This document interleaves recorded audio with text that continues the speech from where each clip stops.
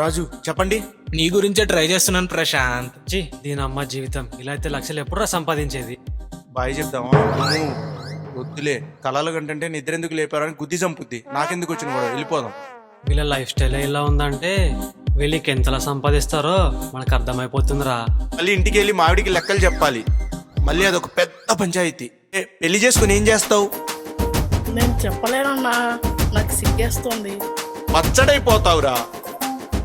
అయినా నీకేంటే, ప్రతిసారి నా శాలరీ పడి ముందు రోజు రాత్రి మాత్రమే కలలు వస్తాయి, ఇంకెప్పుడు రావా?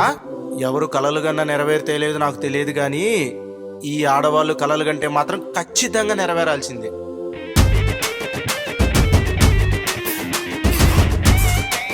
ఏంటి గొంతులెగుస్తుంది? అమ్మో, ఇది మళ్ళీ నన్ను కుమ్మేటట్టుంది. నాకేదో సమాధానం చెప్తావేంటే?